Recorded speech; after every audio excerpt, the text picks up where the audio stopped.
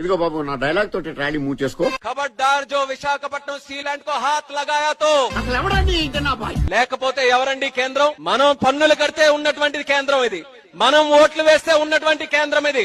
రాష్ట్రం వేరు కేంద్రం వేరు కాదు.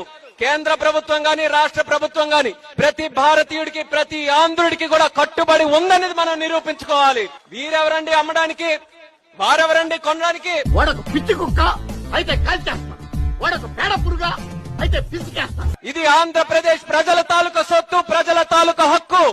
కేవలం పేపర్ మీద కేంద్ర ప్రభుత్వం తాలూకా హక్కు ఉందని చెప్పి ఢిల్లీలో ఏసీ రూముల్లో కూర్చొని ఈ రోజుకి ఈ రోజు ఒక నిర్ణయం తీసుకొని అమ్మేస్తామనంటే తెలుగు ప్రజలు ఎవరూ కూడా సహించం, ఊరుకోమనేది కూడా ఈ సందర్భంగా తెలియజేస్తున్నాం. కట్ చేస్తే విశాఖ ఉక్కుని పార్టులుగా విడదీసి అమ్మేస్తా ఉన్నారు. One, go!